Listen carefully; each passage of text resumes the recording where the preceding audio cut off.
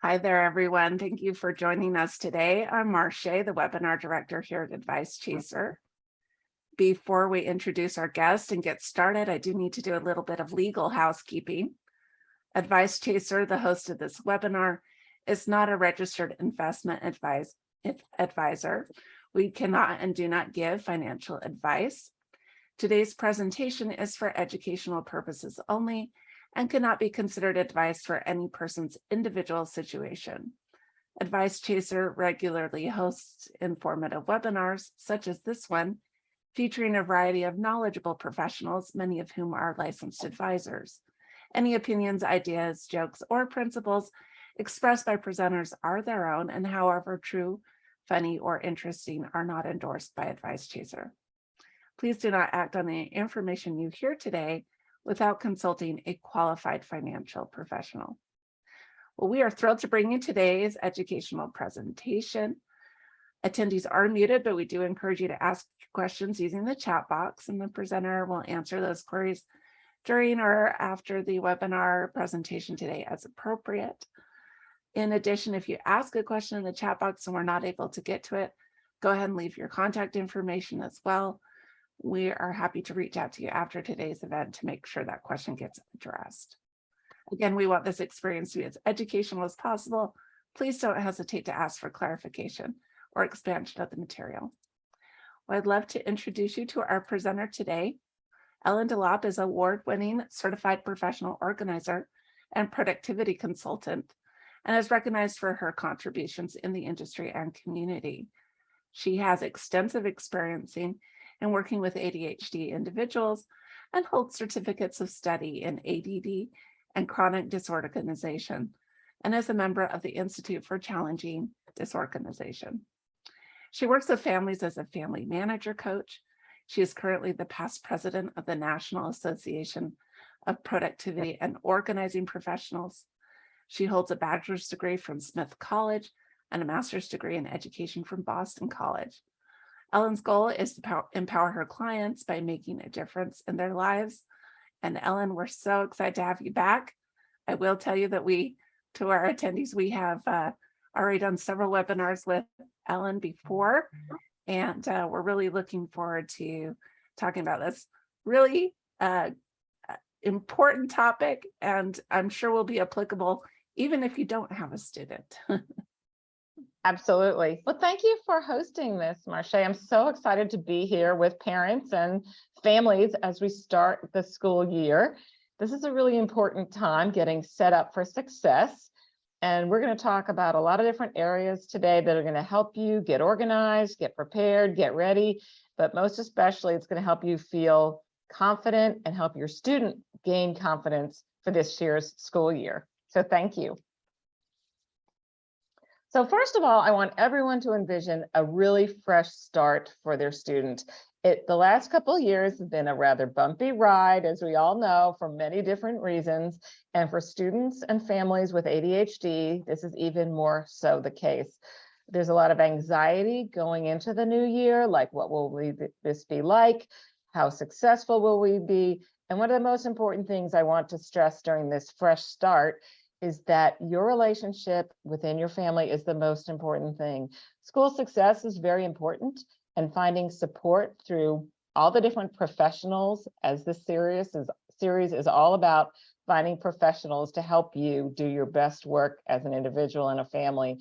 So it's a great time for us to start new routines. We may not have been very successful last year or the year before because of all different circumstances, but we want to start some fresh routines that are really important for you and for your family. And as we know, these routines are ways that not only are they a self-care in a way, but they also reinforce the importance of prioritizing schoolwork for your family.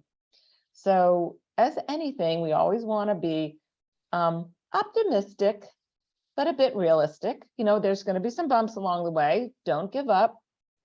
As I've talked about many times, for people with ADHD, we have a high level of perfectionism ourselves, and so do our children and our students. So as a result, we want to be sure that we kind of have a very optimistic and positive outlook, but if there's a bump in the road, no worries. We're just going to pick back up and start over with something newly creative and resourceful. So it's going to be a good year.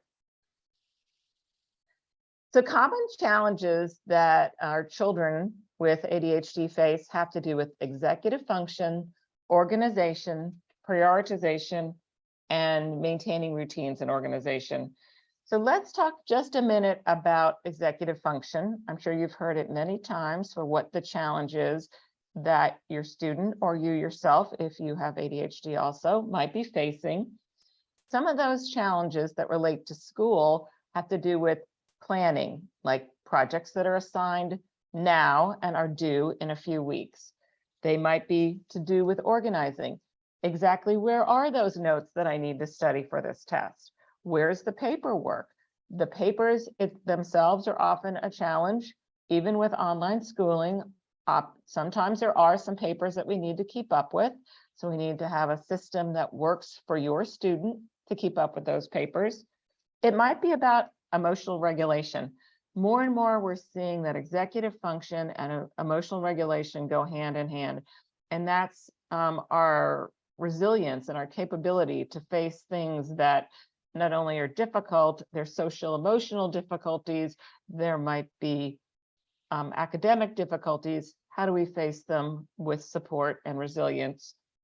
And then a lot about impulsivity, like staying true to the task, staying on task, staying with the routine.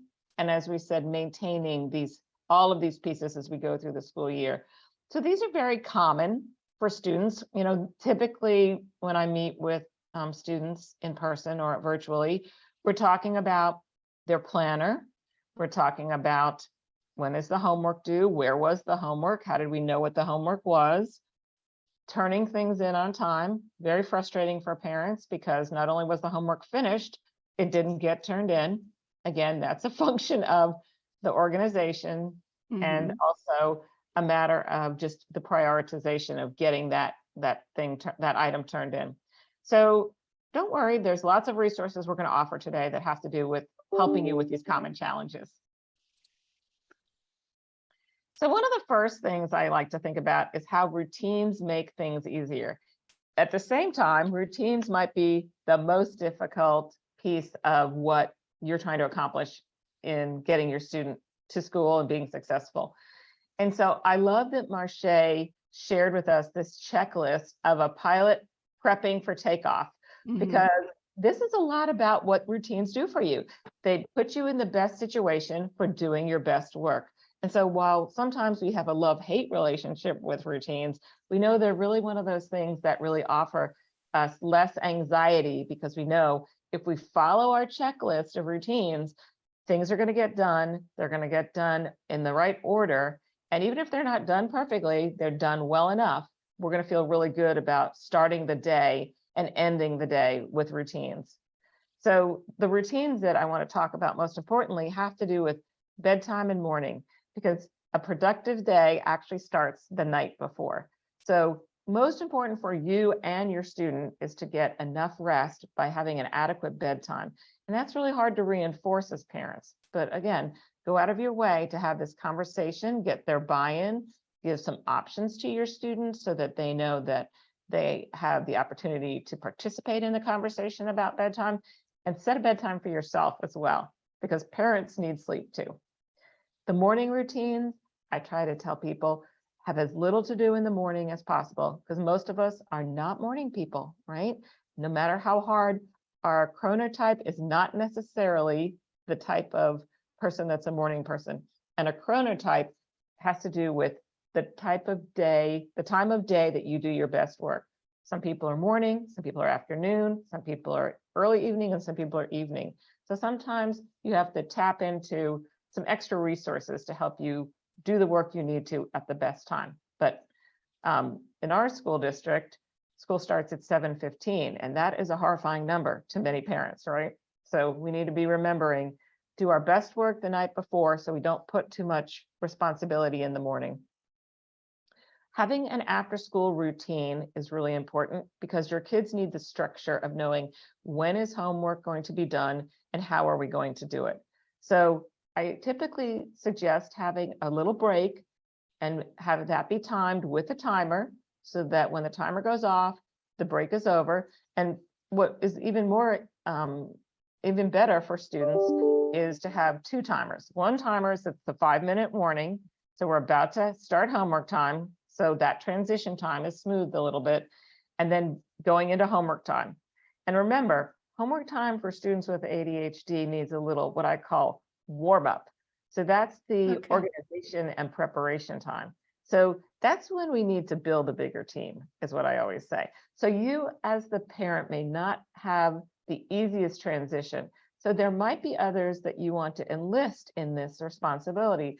There's many qualified coaches that work with students that will help your student get started. But even if you have a homework helper that is a student that's older, a college age student that can help your child be a body double during homework time, it's going to be a lot more effective, but not only getting your child started, getting the work completed, and most importantly, getting the homework in the backpack before the end of the day. And we'll talk about that.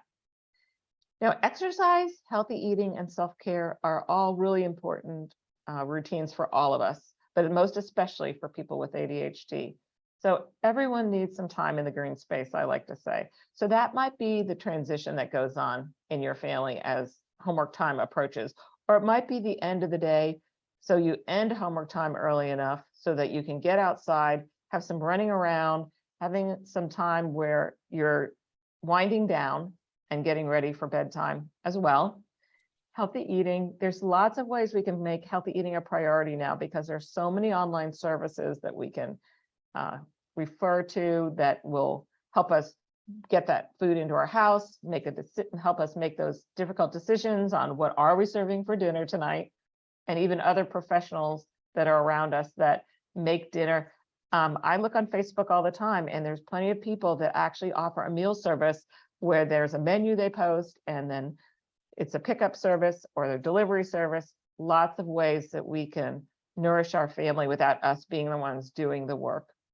So really having this checklist available, writing the checklist with your family and posting it where everyone can see it is going to be really valuable. We did have a couple questions I wanted to mention here, and maybe you touched on this already. But someone asks, with busy working parents, a lot of times kids arrive home from school before their parents are home from work. So what's the expectation there, that they would start their homework on their own? Ideally, that would be what I would like, but I don't know if that's possible. I think there's lots of ways for technology for us to do check-ins anymore.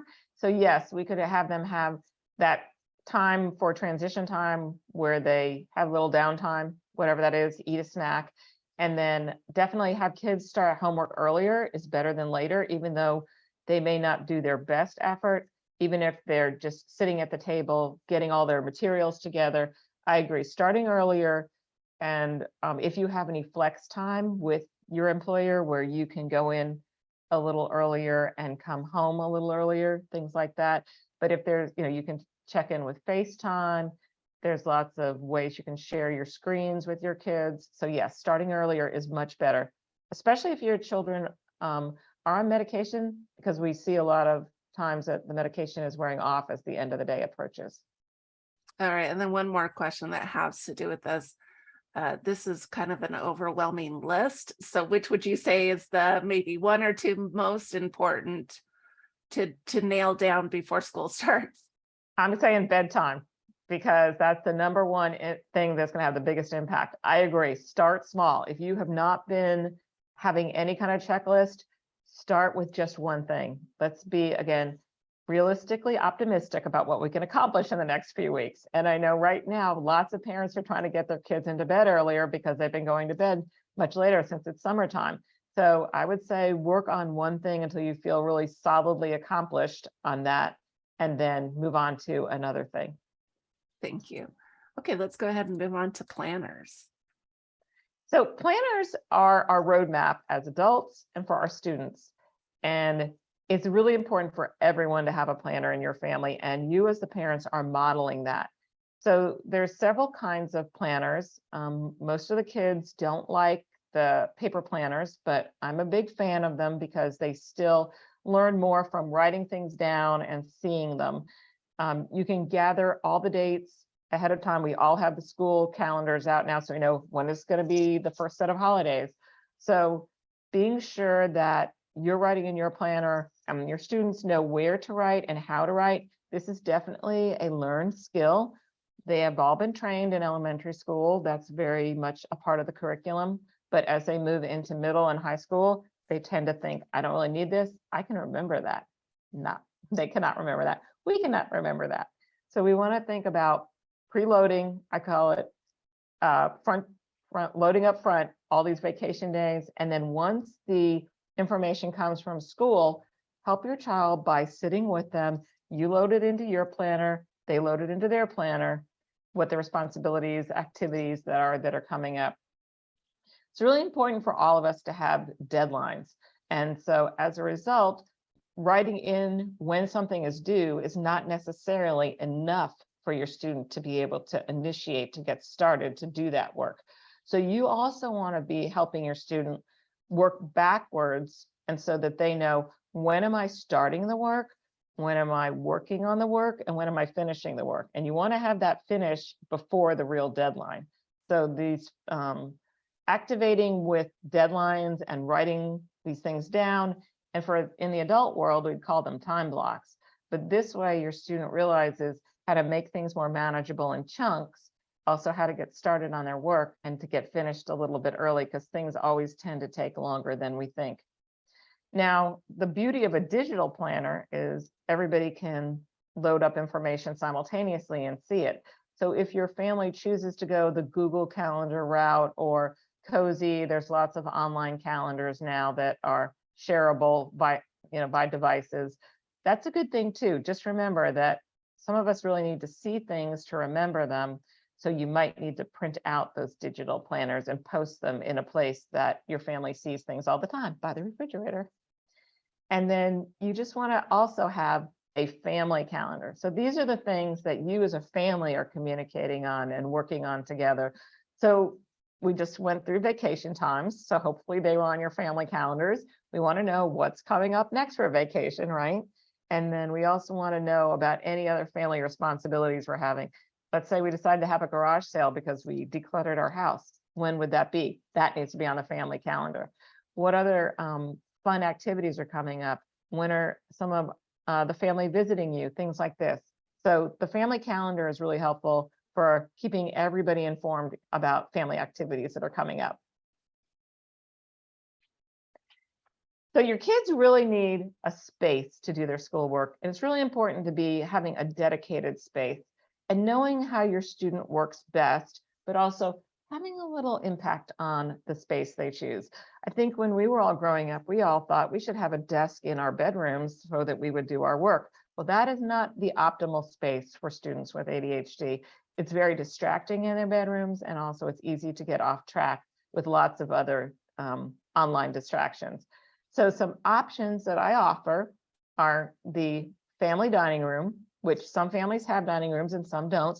They've become home offices due to the pandemic, but that's still a great space for people to work in, because you can parallel work with your student while you're doing your work. So there might be two adjacent spaces in that space and your student may want to work in a comfy chair while you're at a desk. That's perfectly fine. Your student may want to be listening to certain kinds of music. That's really good too. So just be thinking like a space where they can access the materials they need, and then that they can feel comfortable getting started on their work. I'm a big fan of these little utility carts that we see everywhere right now. They're very affordable. They're usually like $29, and they're 3 tiers. So that way it gives your student a workspace that can travel to wherever they are. Usually they're working online, so all they really need is access to their device and then a plug nearby. But just in case, they might need pens and pencils and paper. You can put that on one tier of the cart. I really suggest headphones for everyone, because everyone can tune in much better that way and tune into their own best learning style. And then, of course, just be wary of your amount of internet you're using and also electrical that is nearby. And, some of them are choosing online. I'm seeing more and more students that are students with ADHD that are actually choosing to go back to virtual because they felt more comfortable with that learning style. And it worked better for the parents as well to be in supervising their work.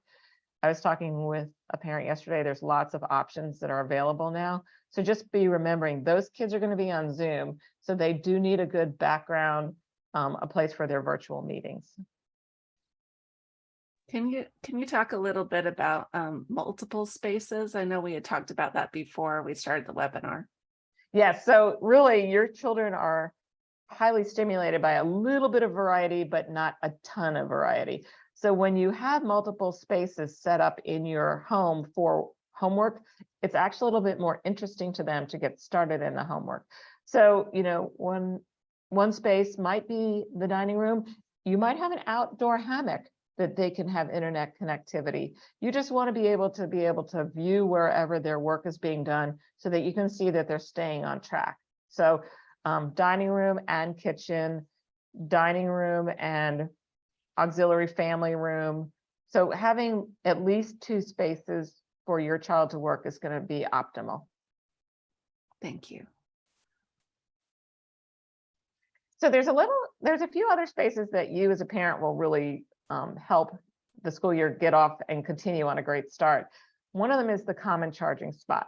It's very unpopular with your child because you're going to be keeping, and it might be unpopular with you too, you're going to be keeping all the devices in one place to charge.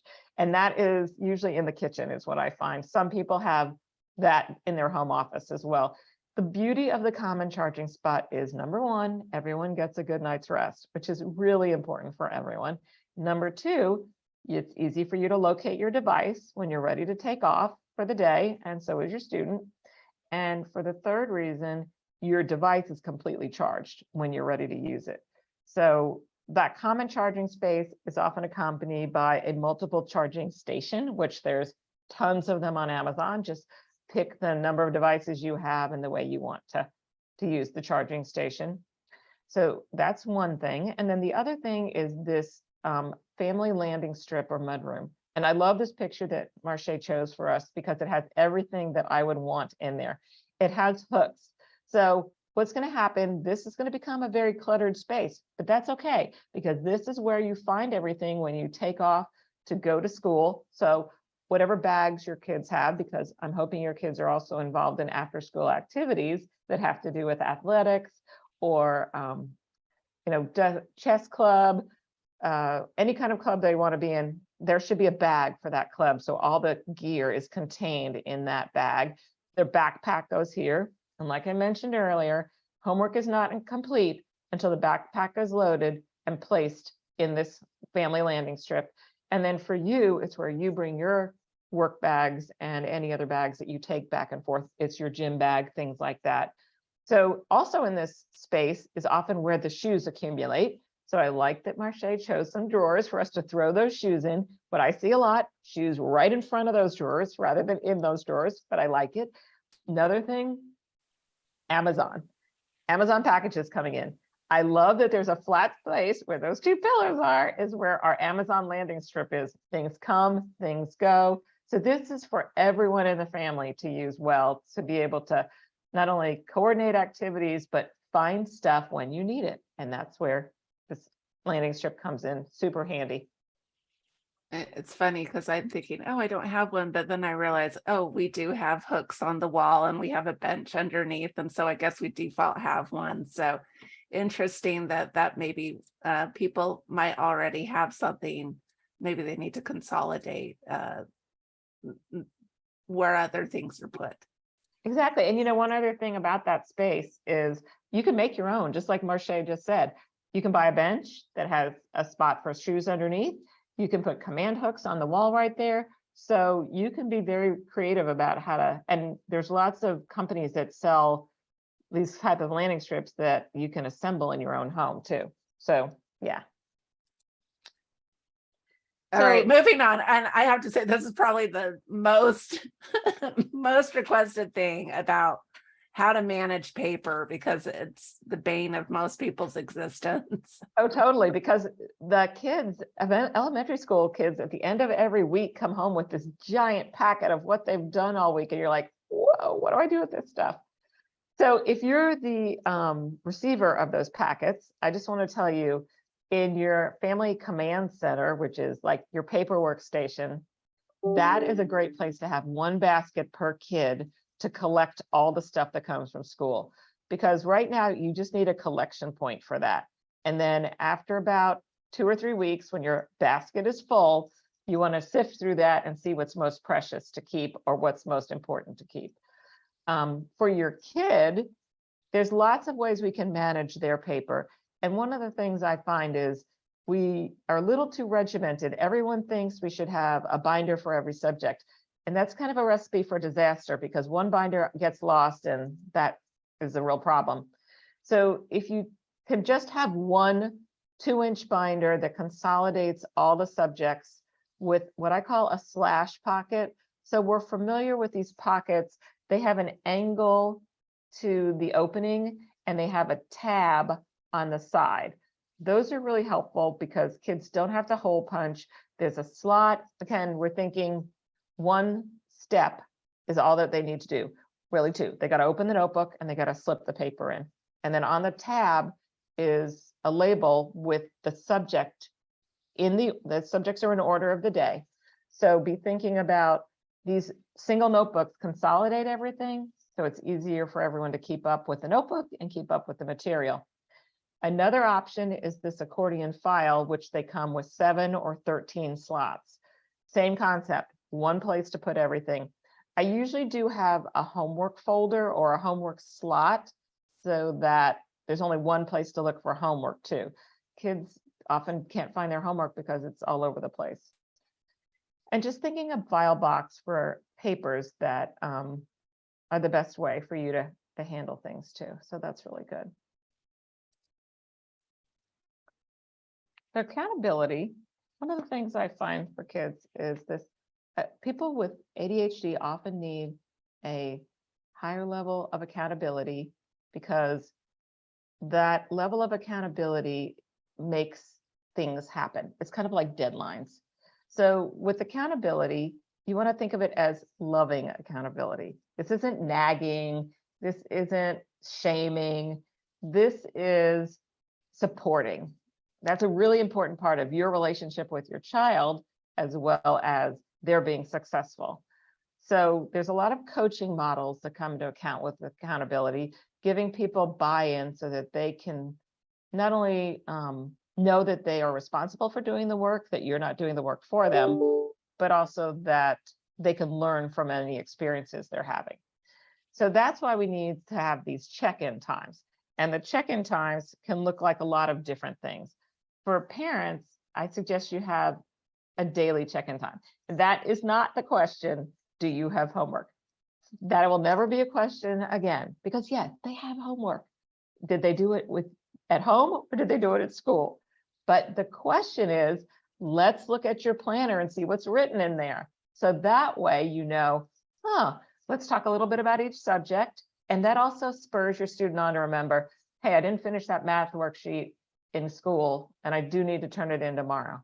So you want to do a little review of the planner. If the planner is completely blank, you want to do a little search and discover. Okay, let's look online. Most of the teachers now have something called Week at a Glance on an online schedule. So you're going to be able to find out, okay, what did your student do today and what should be the responsibility overnight? Like, so that way you're checking in with them and you're supporting them rather than nagging or shaming them. And then once a week, I just schedule like a reorganization of those papers we talked about, because right now they're in the bottom of the backpack instead of in the folders where we decided they should go. And then just, again, be patient. Expect that this is not going to be successful the first few weeks of school. So this accountability, you could start with, how are things going? Give me 2 words to talk about your day. Really open-ended questions that your children can emotionally buy in this new role that you all are sharing of accountability and coach. And then launch into how can I support you? What are some things you need? It's going to take a little time because your children are feeling a lot of responsibility for doing good work. And so they don't want to let you down and they don't want to let themselves down. So there's also lots of accountability that you can find with professionals. Those are the coaches that are in your community. There's online resources for coaching. And that way, again, my motto, build a bigger team. If you and your child are not feeling this accountability works for you, let's find some outside resources that are professionals that are trained to use accountability through coaching language that will help you and your child do their best work this year. So a little bit about your job, and I like to call it the Chief Operations Officer because really your family is a business. And when you think about the responsibilities that you have, one of them being like that incredible level of email that's coming in from your school right now, right? Because these are all the preparation documents. So we need to calendar those dates. You need to stay on top of responsibilities, things that have to do with school, with family, with work. And that is best achieved by setting a time once a week. It might be Saturday morning for you to be sure that you wrap up and pull together all this weekly information that's coming in. And that can be reinforced with this command center that I talked about. So someplace in your house, wherever your workspace is as a family, there's a family calendar, there's what I call wall pockets. They're attached to the wall. They're just, there's a variety of them. They come in wood, they come in metal, they're decorative, they're lucite, so that you have a place for you to put the paperwork that you need. And I usually have a slot, like I said, for each kid so that the paperwork coming in has a space. And then there's a space for you and your partner where you can share some responsibilities. So the bulletin board sometimes becomes a little like messy, but basically it's another visual aid for you to keep invitations, the registration to the car that you need to do, any of the papers that you need to keep visual so you don't lose track of them. And then this is also a great place for that checklist that you're starting. That's your routines. So there's lots of advantages to setting yourself up as the Chief Operations Officer and giving yourself a workspace for that. And of course, there's tons of professionals like myself that are family and household managers. That's literally what we do, is we help you be successful at managing your family and being the Chief Operations Officer. So there's a big team that is part of your child's success. Not only is it the people at school, but we also want to be able to include people that are therapists and coaches, the psychiatrists, the psychologists. So all of the health professionals are part of your team, and you need to be in contact regularly with all of your team and make it a point to communicate. How are things going? Do we need extra support? Is the support adequate? Is medication check? When is our next medication check? So all of these should be calendared so it's easier for you to remember when to be in touch with everyone. Of course, your team at school for your IEP, the teachers, the other parents are a giant support. There's many free support groups that are associated with different ADD and ADHD associations that you can tap into. I know in Houston, once a month, there's a parent support group that's offered virtually for families that want more support and not only information, but also support of other parents. There's Office of Disability Services, there's certified professional organizers, there's ADHD coaches. So you create the team that is going to support you and your student both, because this is really a work in progress as your child is going through the school process and even when they move on to college years. So this level of teamwork makes you feel more confident, also gives you more information, but also is a great encourager to your child. All right. Well, we're going to go ahead and open the floor up to some questions, and we have some questions that have come in, and I do want to let you know that you're welcome to put some more questions in the chat as we're talking here, and we'll get through those and thank Ellen for her expertise here today. Okay, here's a question that came in. What recommendations do you have when a parent also has ADHD as well as a student? That's the circumstance in our family. So very common for the parent and the student to have ADHD. 50% of the families have ADHD as well as their student. So very common. So be thinking about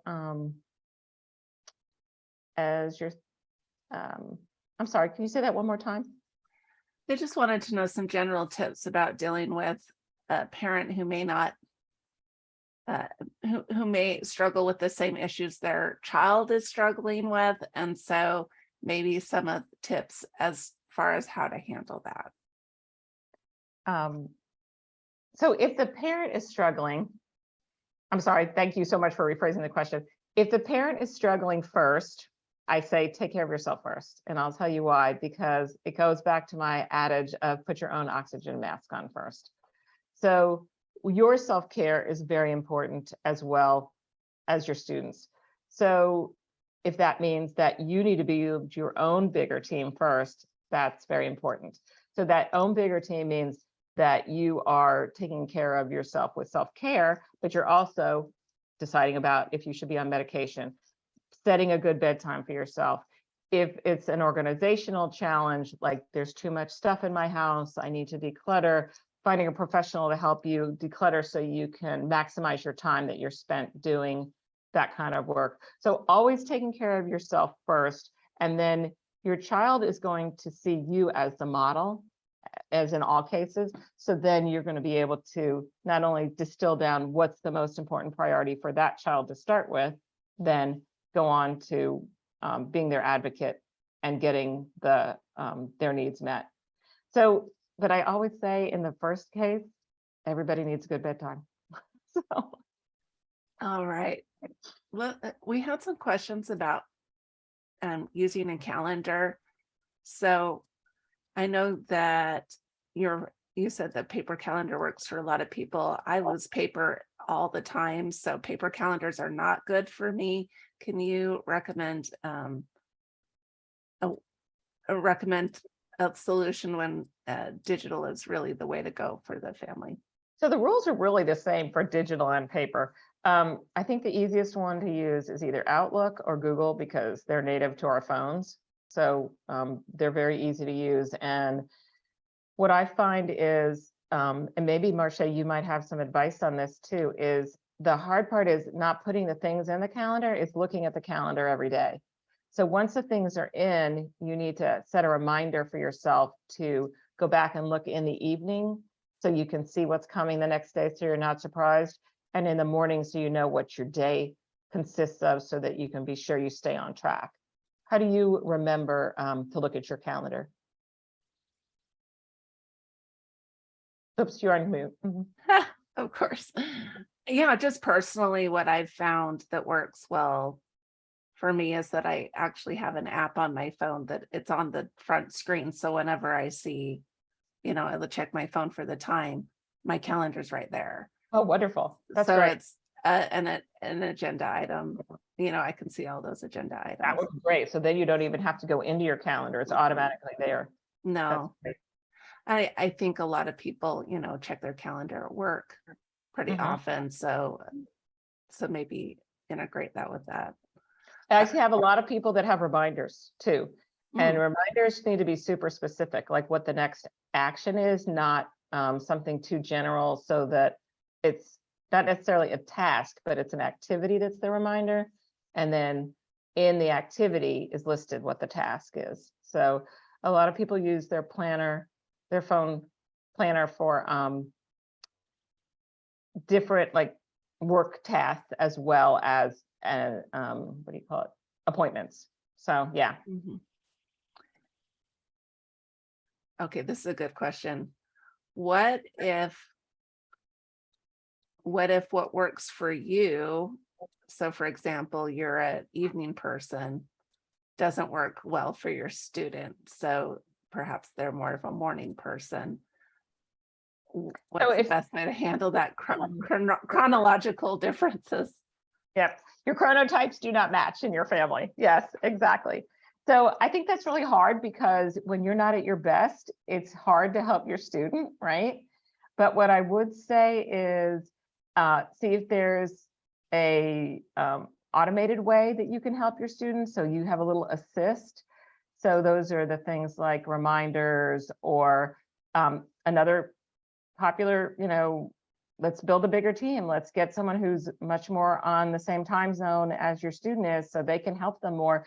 It's not solely the responsibility of parents to be a homework checker. The real responsibility is the relationship. So yeah, you definitely want to find some assistance there with another homework helper is what I would say is probably the best way to address that. All right, and then we Right. have time for one more question, and this is really a great one about meals, packing meals for lunch, getting meals ready for breakfast. Can you talk a little bit about preparing in that case?